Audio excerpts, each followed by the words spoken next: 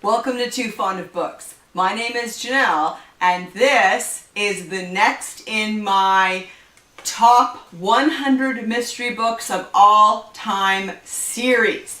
In this video, I will be looking at numbers 40 through 21 on the list. And as you can see, so far, I'm not doing super great. So I hope that these next two videos show that I have read more than 12 of the top 100 mystery books of all time.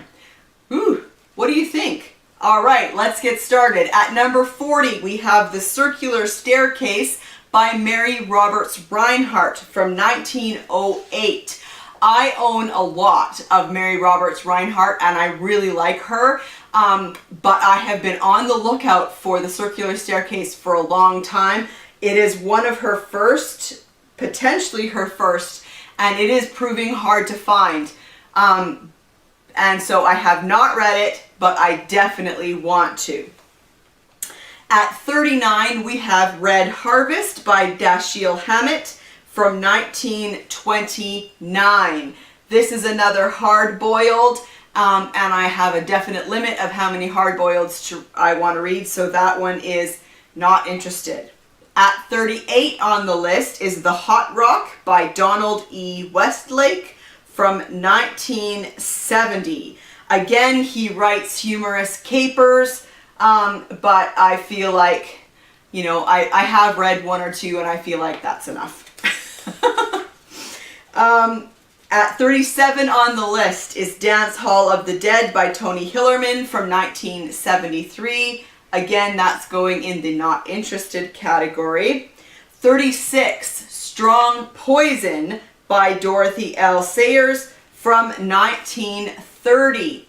As I've said in previous videos, I own all of Dorothy L. Sayers, and this is one I have read. So, yay, 13! I really enjoy Lord Peter Wimsey. And in this book, she introduces Harriet Vane, who is a great character that I really enjoy. And so Strong Poison is a very good entry for sure in her Peter Wimsey series. 35 on the list is Gorky Park by Martin Cruz Smith from 1981. This is kind of a spy, sort of a spy thriller. There is a police officer involved, though. It's set in Russia, and I have not yet read it, and I do not own it, but I do want to read it. 34 on the list is Double Indemnity by James M. Cain from 1943. This is another hard-boiled one that I am not very interested in reading. 33 on the list is Trent's Last Case by E.C. Bentley from 1913. I have definitely read this one. I have read this multiple times. I quite enjoy this. Bentley takes the form, and this is very early still. This is 1913, because Trent, the name of this is a joke because it's actually his first case. And he lays it out and says, this is exactly what happens. And he was completely wrong. And so it's just a very entertaining book. And I have definitely read it. 32 on the list is The Woman in White by Wilkie Collins from 1860. I love this book. I adore this book. This is one of my favorite books of all time. It's in my top 5 list for sure. I absolutely adore this book. It is definitely a mystery. It has gothic elements that I love, and it has one of the best villains of all time in this book. Count Fosco is so creepy. So that is definitely read. 31 on the list, The Thin Man by Dashiell Hammett from 1934. Again, going in not interested. 30. Tinker, Tailor, Soldier, Spy by John Le Carre from 1974. Own it, have not read it yet, but it is one of the limited spy books that I will read, so I'm going to put it here under owned TBR. I have a limited interest in spy novels, and I have a limited interest in dated spy novels, but Tinker, Tailor, Soldier, Spy is really, it's famous. I've heard of it. And it's kind of one of those ones where I feel like if I'm going to read a limited number of spy or espionage thrillers, then it should be one that I read. 29 on the list is Fletch by Gregory McDonald from 1974. And this is one that I am not interested in reading. 28 on the list is The Nine Tailors by Dorothy L. Sayers from 1934.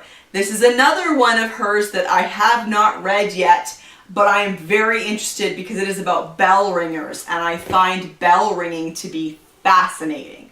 So, owned TBR. 27 is Red Dragon by Thomas Harris from 1981. And this one I had to really think because if I did read it, it would have been before Goodreads, so I couldn't use Goodreads to tell. I'm going to actually have to say that I have not read it. I may have, but looking at the descriptions, I just so I'm going to have to say not owned TBR because even though I may have read it, I don't remember, and so not owned TBR. 26 is Rumpole of the Bailey by John Mortimer from 1978. Rumpole is a lawyer in London, and so the Bailey there is the Old Bailey, the courthouse. I own a few of the Rumpole books, but I do not own Rumpole of the Bailey, and I have not yet read it. 25 is Eye of the Needle by Ken Follett from 1978. Now, this is one, we do own this book, but I could not find it, and I have not yet read it, but I would give it a whirl. Although, to be perfectly honest, I am more interested in Ken Follett's Pillars of the Earth series than this. And so I would probably read those before I got around to this one. But I would definitely read that for sure. 24 is Crime and Punishment by Fyodor Dostoevsky from 1866. I have not yet read this book, and I am like slightly embarrassed to have to admit it. I have this gorgeous edition of Crime and Punishment, but it is a book that I am definitely interested in reading. So, owned TBR. 23, The Name of the Rose by Umberto Eco from 1980. There it is. I own it. What do you think? Have I read it or not? I have not read it. I definitely want to get around to it. It's been translated from the Italian, but I thought this was hilarious in the description. It says, with its endless quotations in Greek, Latin, Hebrew, etc., it qualifies as the least read bestseller of its time, rivaled only by Stephen Hawking's A Brief History of Time. So I thought it was hilarious that it was called the least read bestseller because this has been sitting on my bookshelves for 15 years probably, and I have not yet read it. So, owned TBR. 22 is The 39 Steps by John Buchan from 1915. This is set in Scotland, and it is kind of a classic spy thriller, I think sort of spy thriller, and I have definitely read it. I believe I've read it multiple times, actually. And then 21 is Farewell, My Lovely by Raymond Chandler from 1940. 40. And that will have to go in the not interested category. So, we have gone through 80 of the 100 best mystery novels of all time, and I have read 16 of them. I own 15 of them that I still have to read.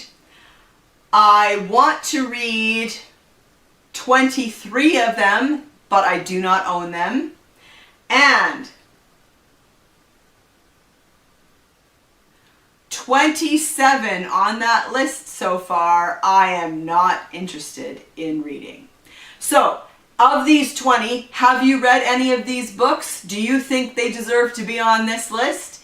And have you been thinking about it? What books do you think will appear in the top 10? Put them down in the comment section down below, because the next video will be numbers 20 through 1. And so we will find out what are the top 10 mystery novels of all time according to the Mystery Writers of America.